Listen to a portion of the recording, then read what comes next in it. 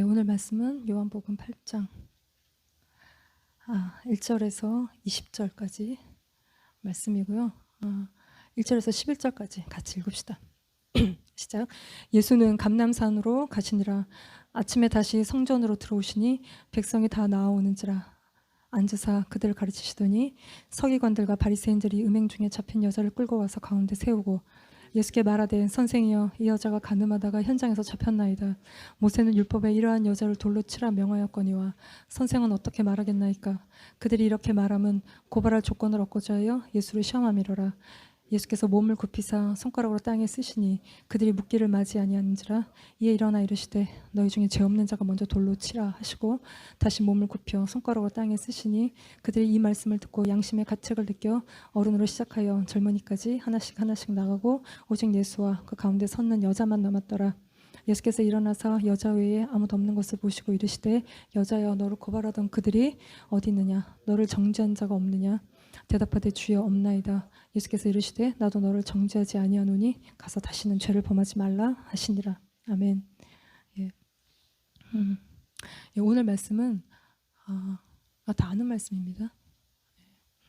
되게 좀 이렇게 이제 구리구리한 냄새가 나는 말씀이에요. 마치 이렇게 연출된 그러니까 장면과도 같은 이제 초막절을 끼고 일어나고 있는. 그러니까 예수님이 성전에서 가르치시고 또 예수님을 따르는 자들, 또 예수님을 죽이려고 하는 자들, 또 성전의 많은 사람들 속에 갑자기 이렇게 간음하다가 현장에 잡힌 한 여자가 예수님 앞에 끌려 나와 있는 이야기인데, 이 잡혀온 간음한 이 여인이 우리의 모습입니다. 우리 속에 감추어진 죄가 드러나서 만천하에 드러나서 우리가 어찌할 바를 모르는 우리의 그 상태, 그리고 이 여자를 또 돌로 치려고 하는 사람들, 뭔가 누군가 잘못하면 막 정죄하고 막 달겨들어서 비판하고 죽이려고 하는 또 우리의 또 다른 모습이 공존하는, 그러니까 우리가 피해자이기도 하고 또 가해자이기도 한, 그래서 이 말씀이 죄와 용서와 또 율법과 은혜에 대한 그 깊은 복음의 메시지를 전하고 있는 제 말씀인데요. 오늘 이 8장의 말씀은 7장과 연장선에 있습니다. 7장에서 예수님이 목마른 자는 다 내게로 와서 마시라고 말씀하셨는데, 이게 초막절에 두 가지 행사가 있습니다. 물과 빛의 절기인데, 7장에서 예수님이 내게로 와서 마시라고 하실 때 실로암 물가에서 물을 떠다가 제단에 붓는 물의 행사와 함께 오늘 8장과 또 9장에는 이제 빛에 대한 말씀을 하시는데, 그래서 오늘 8장 12절 말씀에 나는 세상의 빛이다 예수님이 말씀하시고, 9장에는 소경된 자의 눈을 뜨게 하시는 이 두 말씀이 나오는. 그래서 예수님은 그러니까 때에 맞게, 그러니까 피상적이지 않게 시기적절하게 말씀을 하시기 때문에 우리가 정말 잘 알아들을 수 있다는 것이. 그래서 초막절 축제 기간에 등불과 횃불로 성전과 그 주변을 굉장히 밝혔는데, 이 성전에 여인의 뜰에 이 4개의 황금촛대 불을 밝혔어요. 그래서 오늘 본문의 20절 말씀을 같이 읽읍시다. 이 말씀은 성전에서 가르치실 때에 헌금함 앞에서 하셨으나 잡는 사람이 없으니 이는 그의 때가 아직 이르지 아니하였음이니라.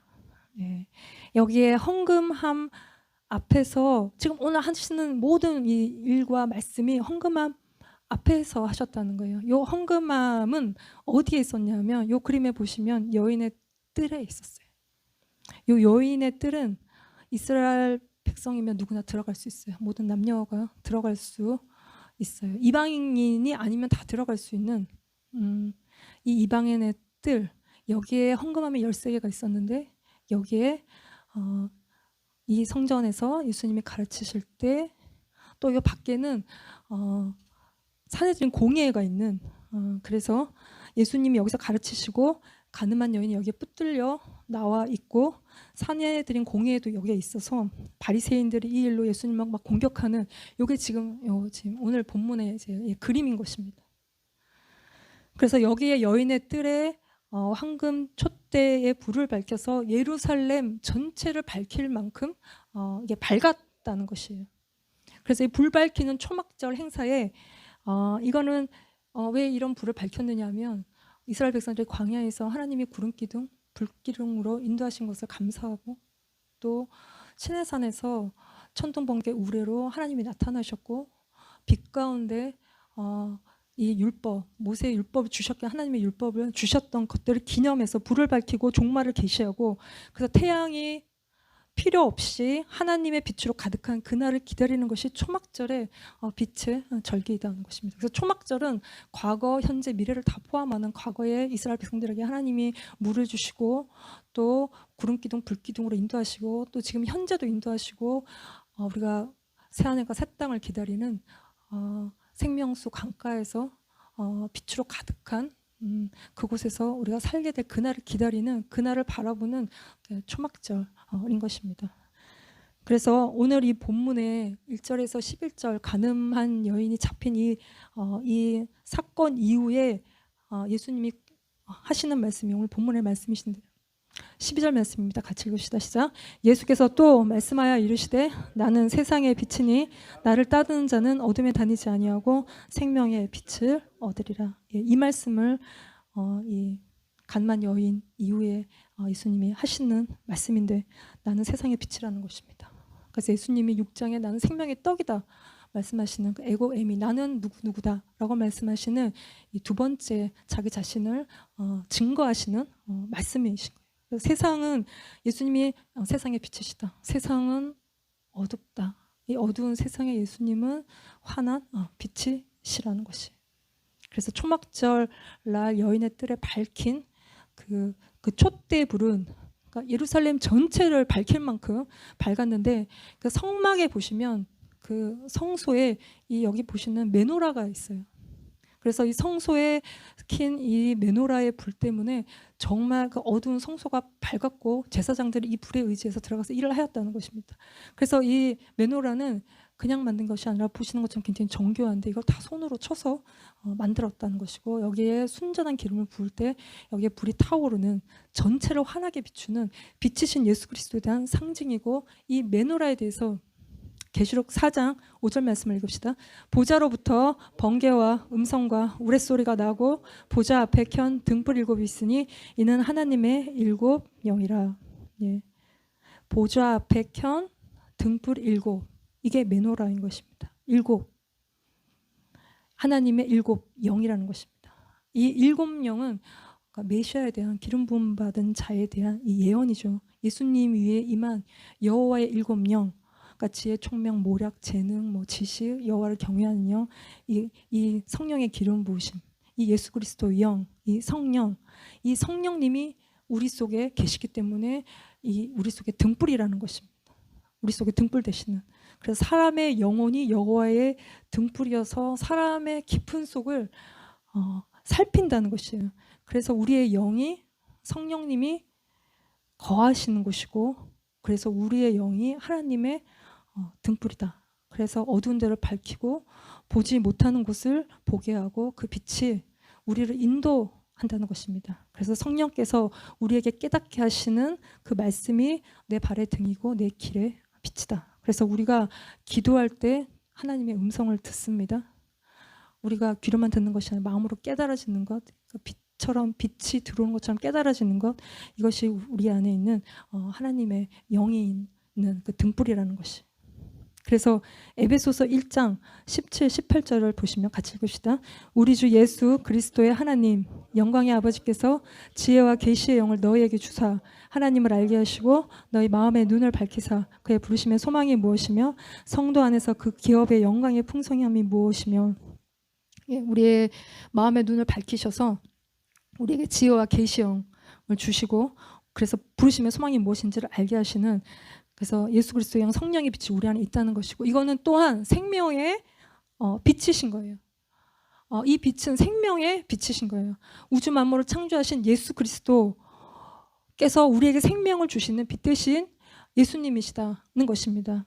빛이 있어야 생명이 살 수 있고 빛이 있어야 어둠 가운데 우리가 길을 헤매지 않고 우리의 길을 찾아갈 수 있다는 것이죠. 세상의 논리나 진리나 배움에는 빛이 없다. 우리가 태양 아래 살아가고 있고 에디슨이 만든 뭐 전구의 불빛 속에서 우리가 어느 정도 뭐 불의 저기를 누리고 살고 있지만 이게 참 빛이 아니다. 이거는 우리에게 생명을 주는 것이 아니다는 것입니다.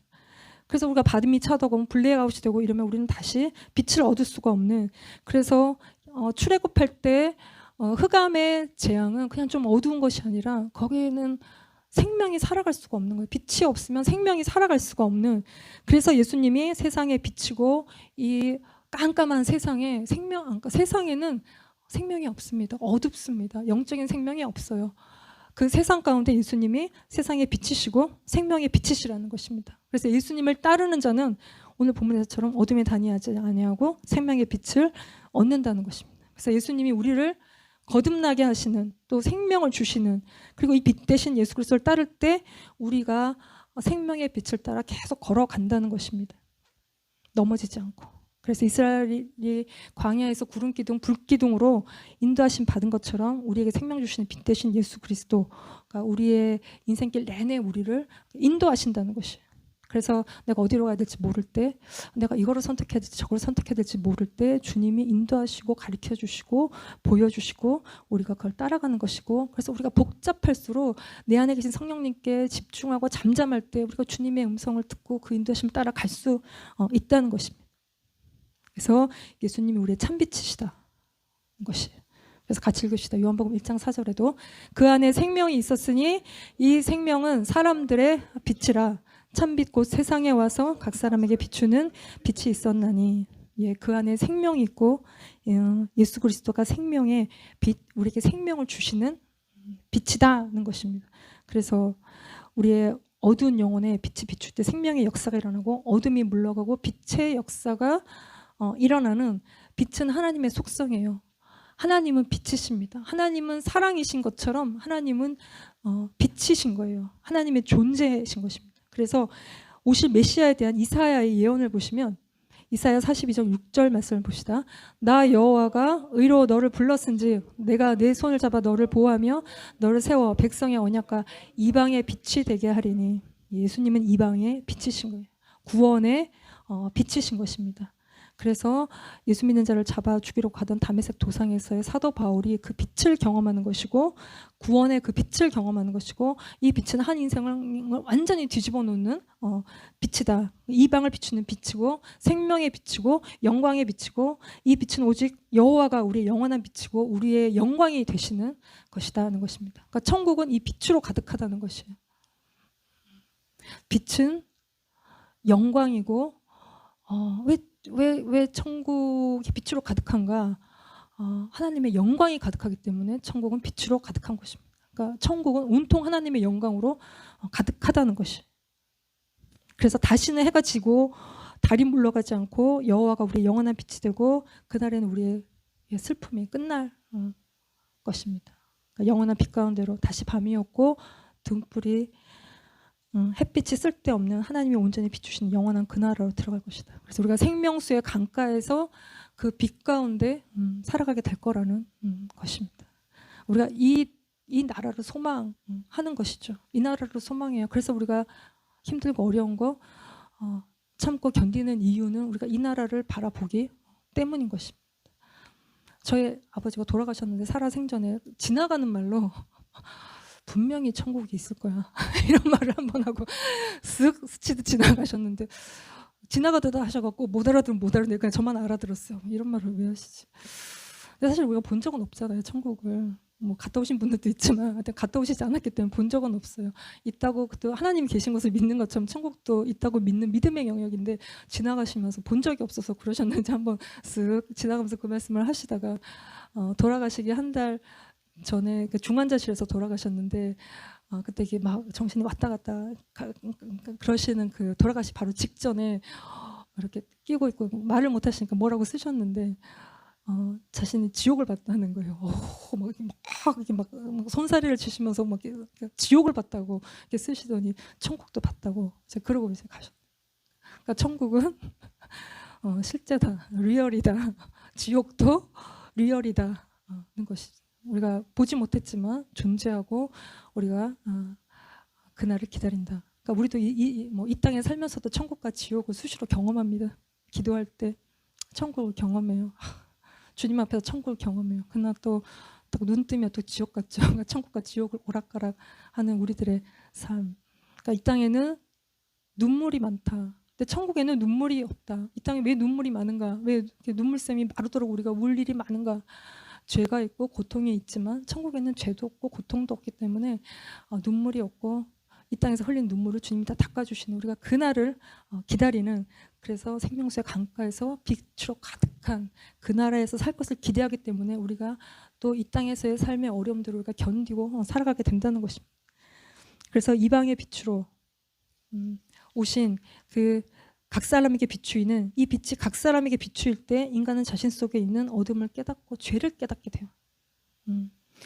어둠 속에 빛이 비추이면 우리 속에 어두움을 깨닫는 각성이 일어나요. 이게 회심의 역사, 구원의 역사인 것이죠. 그러니까 이런 분위기 속에 빛 대신 예수 그리스도 앞에 가늠하다가 딱 붙들린 여자 하나가 끌려 나와 있는 것입니다. 그러니까 이 오늘 본문은 좀 약간 논란은 있어요. 왜냐하면 요한복음에만 기록되어 나오는 말씀이거든요. 그리고 7장과 8장 사이에 그냥 이렇게 쓱 넘어가도 뭐 연결해, 예수님 계속 말씀하시는 것과 이렇게 연결해서 물에 대해서 말씀하시고 빛에 대해서 말씀하시고 뭐 없어도 괜찮은 말씀인데 요한복음만 이렇게 있어요. 초기 사본에는 없다, 그리고 후기 사본에는 있어서 이게 좀 논란이 되는 말씀인데, 그러나 이 말씀 때문에 우리가 깨닫게 되는 진리들이 굉장히 많습니다. 율법과 은혜에 대한, 죄와 용서에 대한. 그래서 모세의 율법에는 이런 자를 돌로 치라. 근데 예수님은 죄 없는 자가 돌로 치라, 이렇게 말씀을 하시는 거예요. 우리가 이 본문을 볼 때마다 갖는 항상 두 가지 의문이 있죠. 뭐예요? 도대체 같이 사고치던 남자는 어디 갔냐는 것이고, 또 하나는 예수님 뭐라고 쓰셨다는데 뭘 쓰셨냐는 거죠. 근데 뭐 여기 나와 있지 않아서 정답은 잘 모르겠지만 우리가 본문을 1절부터 보시면 요한복음 8장 1절 2절 말씀들 같이 읽읍시다. 다 각각 집으로 돌아가고 예수는 감람산으로 가시니라. 아침에 다시 성전으로 들어오시니 백성이 다 나와오는지라 앉아서 그들을 가르치시더니, 이게 7장과 연결이 돼요. 밤이 돼서 다 돌아갔다가 다음날 아침에 다시 또 다 모였습니다. 성경의 하루의 개념은 저녁에서 저녁이에요. 그래서 7장과 계속 연결되는 날이고 말씀이에요. 그러니까 애들이 늦게 자고 늦게 일어나는 거, 대낮같이 자고 일어나는 거 성경적인 라이프인지도 모르겠어요. 어쨌든 저녁에서 저녁까지 그래서 그 다음 날로 이어지는 날이에요. 그래서 아침에 성전에서 백성들을 예수님이 가르치실 때 이때 같이 읽읍시다. 3, 4, 5 서기관들과 바리새인들이 음악 중에 잡힌 여자를 끌고 와서 가운데 세우고 예수께 말하되 선생이여 이 여자가 가늠하다가 현장에서 잡혔나이다. 모세는 율법에 이러한 여자를 돌로 치라 명하였거니와 선생은 어떻게 말하겠나이까. 서기관과 바리새인이 현장에서 그 가늠한 여자, 현행범이죠. 딱 잡아왔어요. 빼도 박도 못하는, 무슨 과학적 수사도 필요 없고 뭐 머리카락 뭐 이런 거 채취도 필요 없고 아무것도 필요 없는 그냥 그 자리에서 잡힌 한 여자를 끌고 와서 가운데 세우고 여기에 굉장히 많은 사람들이 모여 있었는데 이게 모든 시선이 이 여자에게 다 쏠리는, 그러니까 이 여자로서는 이게 얼마나 끔찍한 일이겠어요. 그리고 죽음이 이 여자 앞에 있는, 지은 죄가 만천하에 드러나는 뭐 안타깝다면 안타까울 수 있는 한 여자가 예수님 앞에 끌려 나와 있습니다. 그래서 서기관과 바리새인이 하는 말은 모세율법에 이런 자를 돌로 치라고 했는데 이 말씀은 신명기 22장 22절 말씀 읽읍시다. 어떤 남자가 유부녀와 동침한 것이 드러나거든 그 동침한 남자와 그 여자를 둘 다 죽여 이스라엘 중에 악을 제할지니라. 둘 다 죽여 악을 제해라. 이렇게 말씀하는데 좀 그렇죠. 근데 이 사람들이 왜 이러냐 하면 6절 말씀 보시면 그들이 이렇게 말하면 고발할 조건을 얻고자 하여 예수를 시험함이로라. 예수께서 몸을 굽히사 손가락으로 땅에 쓰시니. 이제 좀 약간 구리구리한 냄새가 많이 나는 상황이에요. 남자 여자 다 죽이라고 했는데 남자는 어디 가고 여자만 끌려 나와서 이렇게 이제 이러고 있느냐는 것이죠. 분위기가 뭔가 조금 사악한 분위기가 나고 있다. 빛 가운데 분위기가 더욱더 이게 이제 두드러지게 이렇게 사악하다. 이제 공개적으로 한 여자를 죽이려고 하는데 이것도 예수님과 엮어서 죽이려고 하는데 결국은 궁극적으로는 예수님을 죽이고 싶어하는 이들의 이제 마음이다 하는 것입니다. 그래서 돌로 치지 말아라 그러면 율법을 어기게 되는 것이고 돌로 치라고 하면 이게 지금 로마의 식민지잖아요. 그럼 로마법에는 사형권이 로마에게 있지 유대인들 사이에 자기들 율법을 가지고 이거 심판할 권리가 없다. 그래서 죽이려고 하면 로마법에 또 걸리는, 그러니까 이래도 걸리고 저래도 걸리는 이런 그 올무에 걸리는 이 사악한 분위기에 이 여인이 희생양처럼 잡혀와 있는데, 근데 이 여자가 죄를 짓지 않았는가? 그거는 아닌 것 같습니다. 뒤에 다시는 죄를 짓지 말라고 예수님 말씀하시는 거 보면 죄를 지었고 이게 서기관과 바리새인들이 이거를 이용하는 상황이 되는 것인 거예요. 그러니까 율법을 악용하고 로마법을 악용하는 힘없는 여자 하나를 희생시키는 이게 마귀가 하는 짓이죠. 참수하고 고소하고 그러는, 그래서 불법과 어둠이 판을 치는 이 세상에 예수님이 나는 세상의 빛이다 라고 말씀하신 세상의 빛으로 오셨다는 것이에요. 그래서 이 빛이 여기에 모여있는 모든 사람에게 비추일 때 일어나고 있는 일들이 지금 계속 기록이 되고 있는 것입니다. 그래서 6절 뒤에도 예수께서 몸을 굽히사 손가락으로 땅에 쓰셨다는 것이에요. 아무 말씀도 하시지 않고 몸을 굽히사 손가락으로 땅에 쓰셨습니다. 그리고 7, 8절을 보시면 그들이 묻기를 맞이 아니하는지라 이에 일어나 이르시되 너희 중에 죄 없는 자가 먼저 돌로 치라 하시고 다시 몸을 굽혀 손가락으로 땅에 쓰시니, 손가락으로 아무 말 안 하고 쓰시니까 묻기를 맞이 아니했다는 것은 계속 물었다는 것입니다. 이거 어떻게 해야 되냐고 계속 끝없이 그들이 모인 사람들이 물었다는 것이에요. 그랬더니 예수님이 말씀하셨습니다. 너희 중에 죄 없는 자가 돌로 치라. 그리고 나서 또 다시 몸을 굽혀 손가락으로 땅에 쓰셨다는 것이에요. 두 번에 걸쳐서 뭔가를 쓰셨다는 거예요. 이게 뭘 쓰셨나 하는 거예요. 거기에 모였던 사람들의 죄를 막 한 바닥 쓰셨을까? 그래서 사람들이 막 이러고 바퀴벌레 사라질 때 다 사라졌는가? 뭐라고 쓰셨냐는 거예요. 우리가 여기서 연결해 볼 수 있는 것은 뭔가 손가락이 나올 때, 성경에 손가락이 나오는 장면은 예수님의 손가락이 나오는 장면은, 그러니까 모세가 시내산에서 율법을 받을 때 이 시내산 율법 그게 하나님이 친히 쓰셨다고 하고 있죠. 하나님이 쓰신 거예요. 그러니까 쓰시는 건 손가락으로 쓰시는 거예요. 그리고 다니엘서 5장에 가면 이게 바벨론 왕인데 좀 막 나가는 왕이었죠. 그래서 예루살렘 성전 기물을 가지고 술 마시고 잔치하고 그때 손가락들이 나와서 메네메네 뭐 되게 우르바시 뭐 이렇게 쓰는, 그래서 뭐 함량 미달이고 너는 뭐 아웃이다 뭐 이런, 그래서 그날 밤에 죽는, 그래서 그 손가락이 나와서 뭔가를 쓸 때 이거는 심판과 죄와 심판과 관련된 말씀이라는 것이. 그래서 예수님이 쓰신 글에 뭐라고 쓰신 것에 사람들이 모여있던 사람들이 뭔가 죄책감을 느끼게 되는, 그래서 나중에 너희 중에 죄 없는 자가 먼저 돌로 치라 하시니 그들의 마음이 이렇게 뜨끔한, 그래서 주님의 말씀과 행동은 뭔가 그들 속에 있는 죄를 드러낸, 그래서 음행하다 잡혀온 여자를 가운데 놓고 상대적으로 자기들은 죄가 없는 것처럼 모여있는 사람들의 죄를 드러내는 빛 대신 예수님이시다는 것입니다. 그래서 이런 비슷한 장면이 민수기 5장에도 나옵니다. 그러니까 죄를 드러내는, 그러니까 간음한 아내, 그러니까 남편에 대한 그러니까 신의를 저버린, 그러니까 남편 어떤 사람의 아내가 탈선해서 남편에게 신의를 저버린, 그래서 그 한 남자가 그 여자와 동침을 했을 때, 뭔가 바람을 폈을 때 뭐 증거도 없고 현장에서 잡히지도 않았고 남편도 알 수가 없고 그랬을 때 그 남편이 우리 아내가 좀 이상한데 뭐가 이상한지는 모르겠고 막 의심이 가는데 옛날 같지가 않고 이럴 때 이 여자를 이 남자가 그러니까 데려가서 제사장에게 데려가서, 이게 의심의 법인데 그 죄를 기억나게 하는 기억의 소재를 드리는, 그때 제사장이 거룩한 물을 톡에다 담아서 성전 바닥에 그 티끌을 담으면, 이게 심판의 기능이 있는데 그거를 담아서 이 여자를 하나님 앞에 세우고 맹세하고 죄가 없으면 괜찮은데 죄가 있을 때 그 물을 마시면 그 물이 생식기를 마르게 하고 배가 부풀어 올라서 그 여자가 지은 죄의 모든 죄를 자신이 감당하고 담당하게 되는 그 기능이 있는, 그러나 죄가 없다면 그 물로 인해서 그 여자가 임신하고 생명을 낳는 역사가 일어나는 그래서 그 물은 그 여자의 죄를 드러내고 정죄하는 물이라는 것입니다.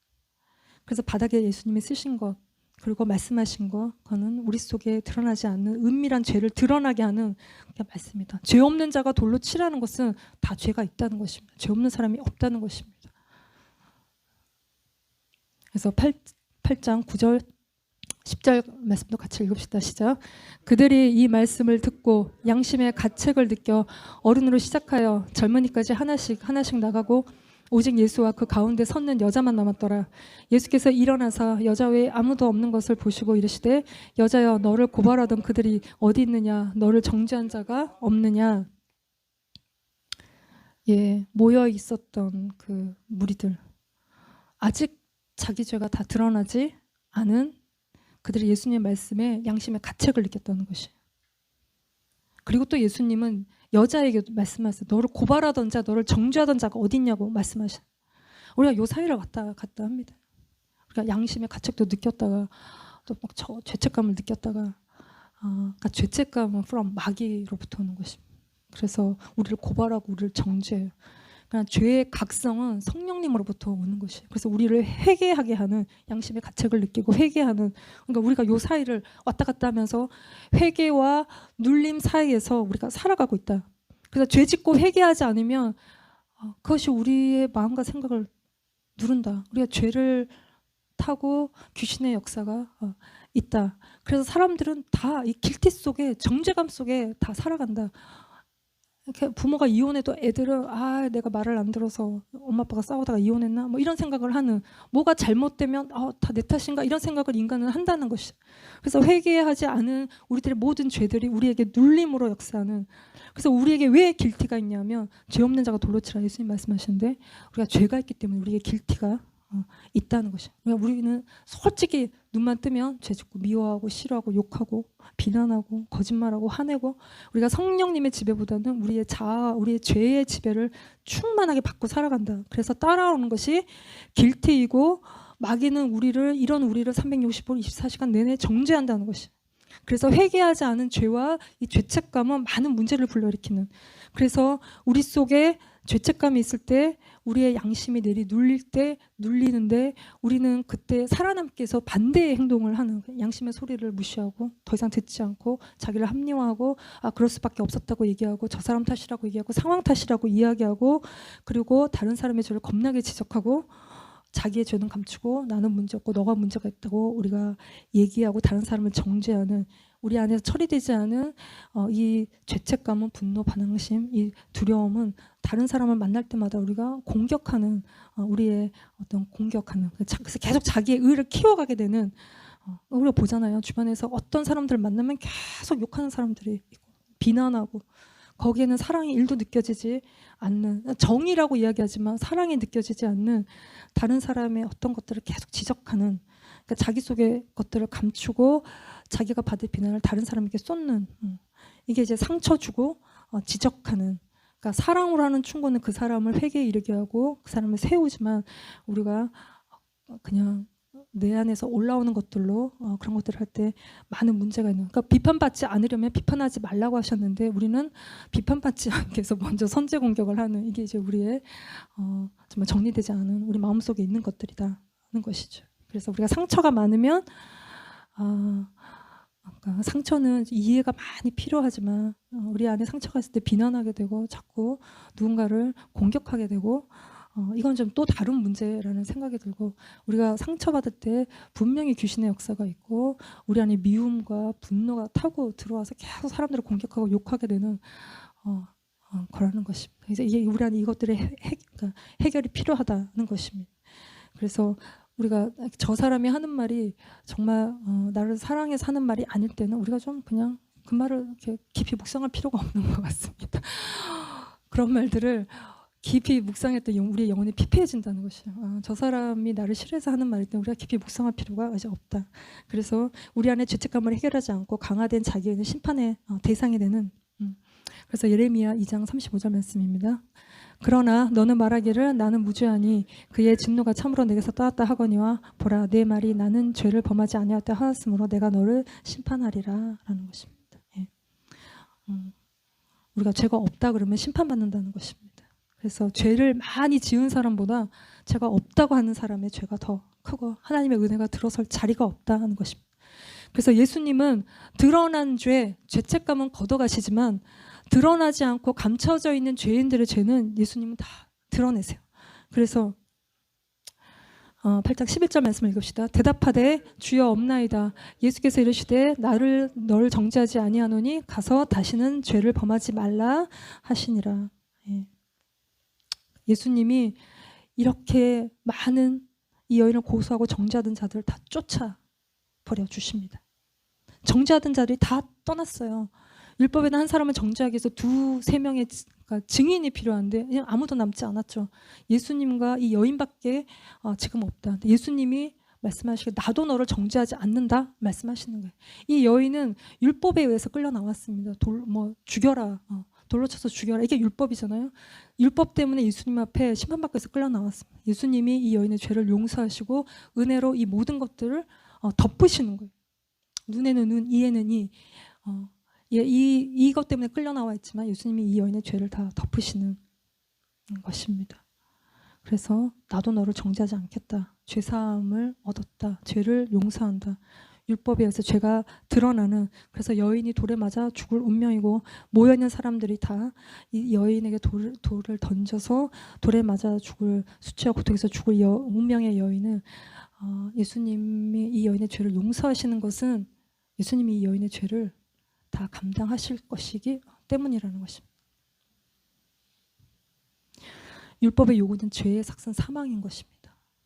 예수님이 이 여인의 죄를 용서하시는 것은 예수님이 이 죄를 다 감당하실 거기 때문이에요. 예수님이 발가벗기시고 수치를 당하실 것이고 살에 찢기고 못에 박혀서 수치스럽고 고통스럽게 모든 사람이 보는 앞에서 죽으실 것이기 때문에, 정죄당해서 죽으실 것이기 때문에 지금 가늠하다가 붙들려 와서 공개 처형 당할, 돌에 맞아 죽을 이 여자, 이게 뭐 누구 돌인지 어떻게 해서, 부모가 던지는 돌일 수도 있고 형제가 던지는 돌일 수도 있고 친구가 던지는 돌일 수도 있는 이 돌에 한 대 맞아 죽는 것도 아니고 정말 죽을 때까지 계속 맞아야 되는 이 처참한 이 여인의 이 죽음의 이 죄를 용서하시는 것, 이건 예수님이 이 모든 죄를, 이 여인의 죄를 예수님이 친히 대신 이것들을 다 감당하실 것이기 때문에 그렇다는 것입니다. 그래서 예수님이 또 말씀하십니다. 가서 다시는 죄를 범하지 말라 하시는 것입니다.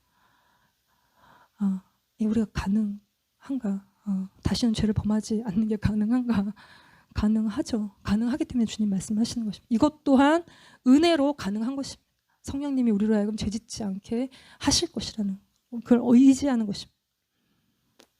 그래서 예수님은 세상에 비치고 생명에 비치고 그 빛이 우리 가운데 비춰질 때 우리 속의 모든 어두움, 죄가 떠나가는 것입니다. 죄가 끊어지는, 죄는 고래 심줄과 같다. 잘 끊어지지 않는다. 우리의 힘으론 우리가 그 죄의 속박에서 벗어날 수 없다.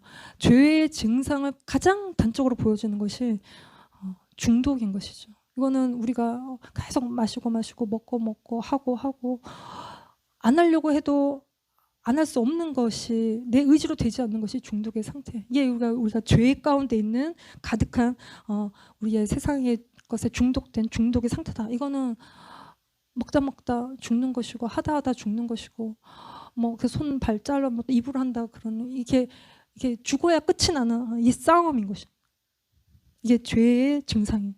그러나 이거는 각 사람에게 비추이는 그 빛이 그 어두운 영혼에 비칠 때 그 모든 죄와 사망의 권세가 끊어진다는 것입니다.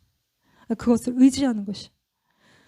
그래서 우리는 정죄당하면서도 정죄하는 자이고 고소하는 자이면서도 또 고소당하는 자이고, 한마디로 우리는 죄인인 것입니다. 내가 죄가 다 까발려진 죄인이냐, 아니면 내가 아주 숨기는데 천재적이기 때문에 아직도 여전히 뭔가 잘 숨기고 있어서 드러나지 않은 죄인이냐의 차이지, 우리는 다 죄인이라는 것이. 그래서 우리가 우리의 죄를 깨닫고 우리가 그 깊은 죄의 정죄감 가운데, 죄책감 가운데 주님 앞에 나아갈 때 주님이 주시는 은혜로 말미암아 우리가 믿음으로 구원에 이르게 되는, 우리가 우리의 죄를 다 고백할 때 미쁘시고 의로사 우리의 죄를 용서하시는 주님께 우리가 나아갈 때 우리가 주님을 구하는 인생을 회개와 용서와 구원으로 이끄신다는 것입니다. 자유함으로 이끄신다는 것입니다. 그래서 주님은 죄인을 가까이 하십니다. 세리, 창녀, 나는 죄인이로소이다 고백하는 자들을 가까이 하시고 그 죄인됨을 뼈저리게 깨닫는 자들에게 죄와 죄의 용서와 구원을 베풀어 주시는 분이라는 것입니다. 그래서 예수께서 말씀하여 이르시되 나는 세상의 빛이니 나를 따르는 자는 어둠에 다니지 아니하고 생명의 빛을 얻으리라. 참빛 곧 세상에 와서 각 사람에게 비추이는, 그래서 우리가 그 영원한 빛 가운데 우리가 더 이상 죄의 종으로 또 죄를 짓는 자의 삶이 아니라 영원한 빛 가운데 거하는 저와 여러분이 되시기를 기도합니다. 기도하시겠습니다. 하나님 아버지 감사합니다. 죽을 수밖에 없는 죄인인 우리들 가운데 베풀어 주신 주님의 은혜가 얼마나 놀라운지요. 하나님, 우리가 더 이상 죄의 정죄 가운데 살아가지 아니하고 자기 의에 취하여 살아가지 아니하고 주님의 빛 가운데 자유한 인생들이 되게 하여 주시옵소서. 주님, 우리 속에 감추어진 모든 죄들이 다 떠나가게 하시고 우리의 자녀들 속에 감추어진 죄들이 다 떠나가게 하여 주시옵소서. 주님, 빛 대신 주님을 우리가 의지하고 우리도 주님과 같이 빛으로 소금으로 이방의 빛으로 구원의 빛으로 세상의 빛으로 살아가는 저들 되게 하여 주시옵소서. 주님을 찬양합니다. 예수님의 이름으로 감사하며 기도드렸습니다. 아멘.